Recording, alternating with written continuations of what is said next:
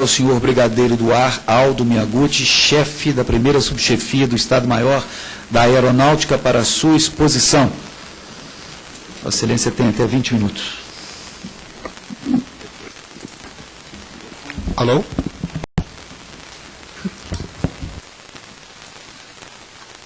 Boa tarde, senhores. Atendendo ao convite do presidente da Comissão Legislativa Participativa, excelentíssimo senhor deputado Lincoln Portela, e em respeito a todos os senhores, ex-soldados da Força Aérea Brasileira e aqui os parlamentares presentes, estamos aqui nesta casa do povo brasileiro, a casa de todos nós. Se um dia os senhores já vestiram este mesmo azul que eu visto, e agora estão pleiteando a reintegração às fileiras da FAB, é porque, assim como nós, continuam amando a Força Aérea e o Brasil, como bem disse o nosso Marcelo. Como os senhores, nós somos os responsáveis diretos pela obediência e ao estrito cumprimento das normas legais. Defendemos a manutenção do Estado Democrático de Direito. Pois bem, como representante do Comando da Aeronáutica, apresentarei as condições, as considerações da nossa instituição sobre os soldados de primeira classe especializados, incorporados por meio de concurso de admissão, concurso público, ao curso de especialização de soldados, SESD, no período de 1994 a 2001, e que foram licenciados após 6 anos de serviços prestados. Dessa forma, para que todos possam entender a argumentação do Comando da Aeronáutica nessa questão, farei inicialmente uma contextualização dos fatos, abordando a estrutura do quadro de soldados da FAB, QSD, então definida no Decreto 880 de 1993, que é o regulamento do Corpo de Pessoal Graduado da Aeronáutica, RCPGAE. É a Bíblia do Corpo de Pessoal Graduado. Que foi substituído pelo Decreto 3690 de 2000, que está em vigor até hoje. Em seguida, discorrerei sobre a progressão na carreira e o licenciamento ex officio. Por fim, tecerei algumas considerações gerais sobre o assunto. A estrutura do quadro de soldado estava, à época, definida no Decreto 880, de 23 de julho de 1993. Conforme o artigo 2º desse regulamento, o Corpo de Pessoal Graduado da Aeronáutica era composto pelos seguintes quadros. Somente pelos seguintes quadros: quadro de suboficiais e sargentos, quadro de cabos e quadro de soldado. Só tem 3 quadros previstos no decreto. Os outros, quadro de taifeiro, por exemplo, eram quadros em extinção, como consta no próprio decreto. Bom, então na aeronáutica só temos 3 quadros: suboficial e sargento, cabo e o de soldado, que é SD. O artigo 3º dispunha que o quadro de soldado era composto pelo grupamento básico, grupamento de serviço e grupamento de serviço militar. 3 grupamentos. O artigo 9º estabelecia que o QSD era integrado por soldados de primeira classe S1 e soldado de segunda classe S2. Ponto. Só existem esses 2 tipos de soldados no QSD. Soldado de primeira classe S1 e soldado de segunda classe S2. É o que diz o decreto 880. Não há outra categoria. E outra, não há outro quadro de soldado. Só existe o QSD, que é o quadro de soldado, o QCB, que é o de cabo, e o quadro suboficial sargento, conforme o decreto 880. Convém ressaltar que os soldados de primeira classe S1, com o curso de especialização de soldados, foram incluídos no quadro de soldados. É o único quadro de soldado que a Força Aérea tem. Dentro do grupamento básico ou de serviços. E não no grupamento de serviço militar. Obviamente, porque este é exclusivamente constituído de soldados de segunda classe, S2, considerados não especializados e incorporados para a prestação de serviço militar inicial. É o que dizia o decreto 880. Quanto ao curso de especialização de soldados, o SESD, o parágrafo único do artigo 18 do decreto determinava que a conclusão com aproveitamento do SED era requisito obrigatório para a promoção a soldados de primeira classe. Então, o decreto dizia que, a partir do decreto 880 de 1993, só poderia ser promovido a S1 quem concluísse o SESD. Ou seja, a partir daquela data, só poderia ser promovido quem era especializado. Obviamente que pelo decreto anterior ainda existiam os soldados S1 que não eram especializados.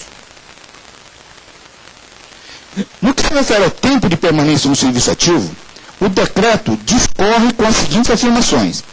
O artigo 24 diz que aos integrantes do Corpo de Pessoal Graduado da Aeronáutica poderá ser concedida prorrogação do tempo de serviço mediante engajamento em continuidade ao serviço militar inicial, que não é o caso dos senhores, ou reengajamento, que é o caso que nós estamos discutindo nesse momento.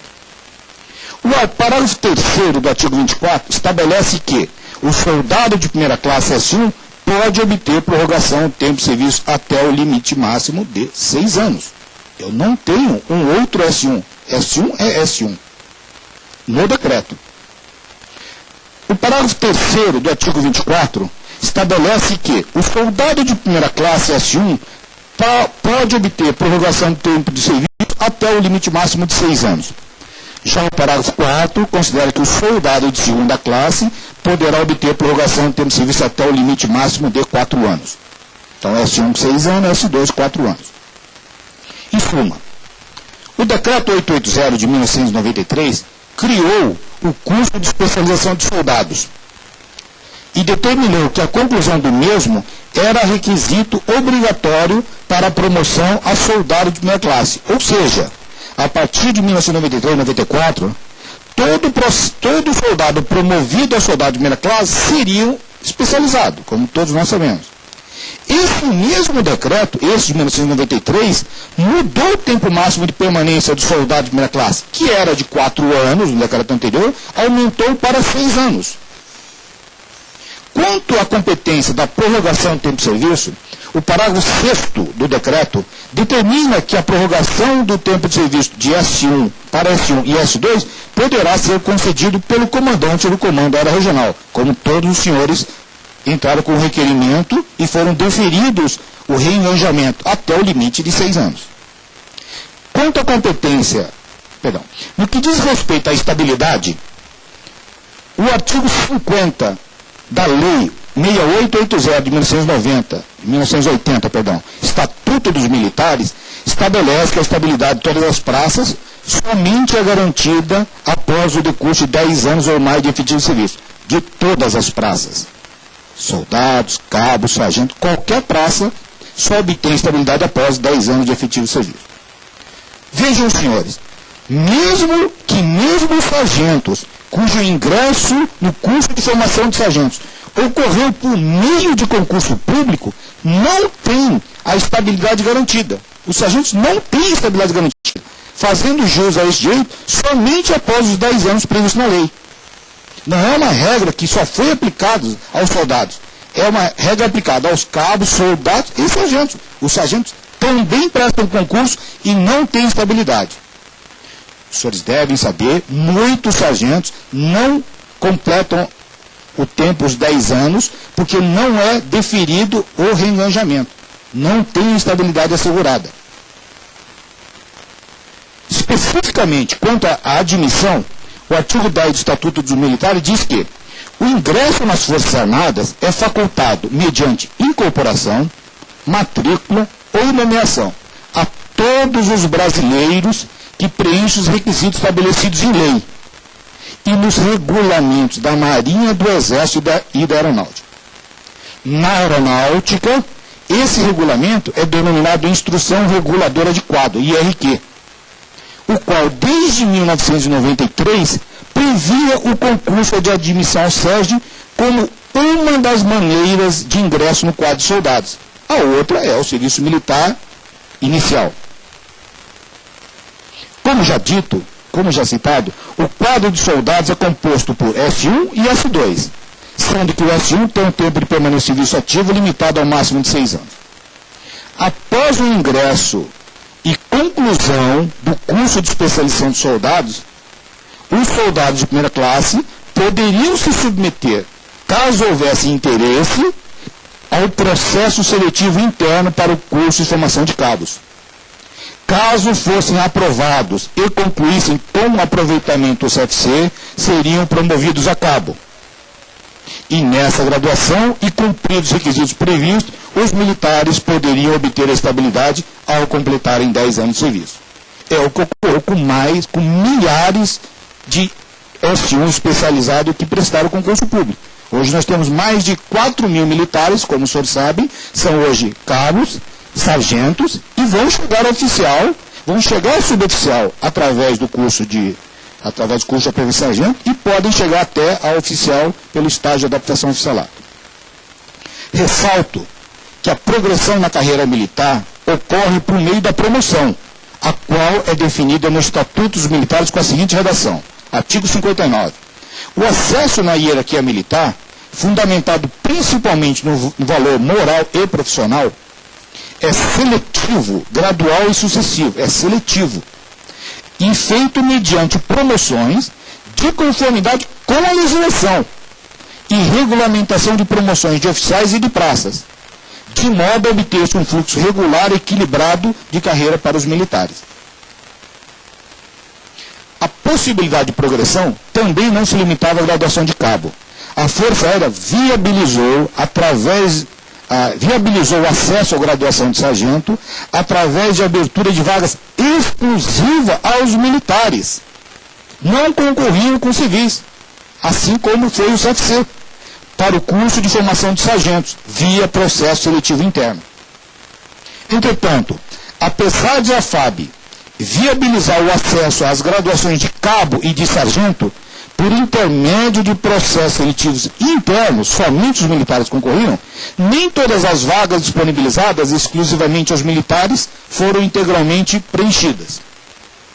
Destaco ainda o fato de que milhares de militares que ingressaram na Força Aérea Brasileira por meio do SESD prosseguiram na carreira como cabos ou sargentos.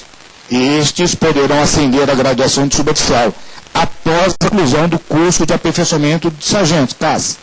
Ou até mesmo podem atingir o oficialato por meio do estágio de adaptação de oficiais, sem não ter que prestar mais nenhum concurso público, somente através de processo seletivo interno. No entanto, os soldados de primeira classe que não se dispuseram a concorrer às vagas para o curso de formação de cabos ou ao curso de formação de sargento, ou ainda que não obtiveram êxito nesses processos seletivos internos, ao atingirem 6 anos de serviço, foram licenciados da aeronáutica, conforme previsto no parágrafo 3º do artigo 24 do decreto 880. É o que diz a legislação. Conforme previsto no parágrafo 3º do artigo 121, agora do Estatuto dos Militares, o licenciamento ex officio será feito na forma da legislação que trata do serviço militar e, agora sim, dos regulamentos específicos de cada Força Armada, por conclusão do tempo de serviço, que é o caso, ou de estágio, por convênio de serviço ou a mesma disciplina. Na aeronáutica, a regulamentação específica sobre esse assunto é o decreto 880, decreto presidencial 880, que no seu artigo 32 estabelece que o licenciamento de todas as praças, soldado, cabo, sargento, é da competência do comandante-chefe ou diretor da OM, da Organização Militar, artigo 32. E assim foi feito. O comandante da OM publicou no boletim interno da Organização Militar. Conforme previsto no parágrafo 4º do artigo 121 do Estatuto dos Militares, o militar licenciado deve ser incluído ou reincluído na reserva, que é o caso quem era militar, ganhou certificado de reservista, prestou esse concurso público, passou, ao terminar, ele é reincluído. Então, o militar licenciado deve ser incluído ou reincluído na reserva. Ou seja, receberão o certificado de reservista pela primeira vez ou até mesmo pela segunda vez. Dessa forma, não restam dúvidas sobre a legitimidade dos atos praticados pela administração, quando do licenciamento dos soldados de primeira classe por término de tempo de serviço. Assim, constata-se que a atuação da administração pública em todas as fases do processo ocorreu com base na legislação pertinente.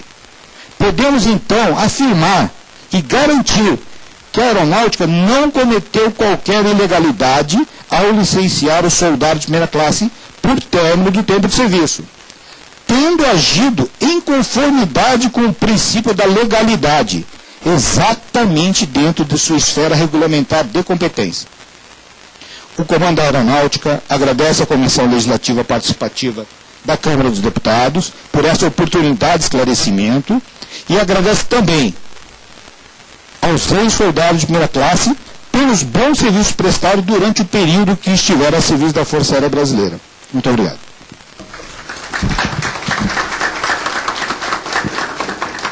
Agradeço ao senhor Aldo Miyaguchi pela sua exposição e eu passo a presidência agora dos trabalhos ao deputado Dr. Grilo, que estará conduzindo a sessão.